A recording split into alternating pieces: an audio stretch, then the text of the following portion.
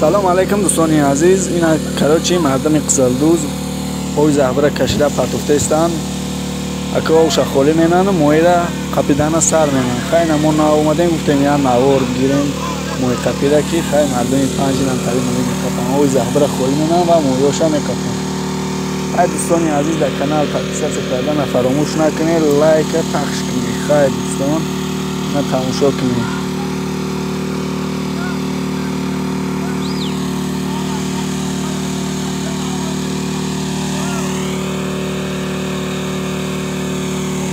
همه موی قپیده استم. موی قپیده ببخشید.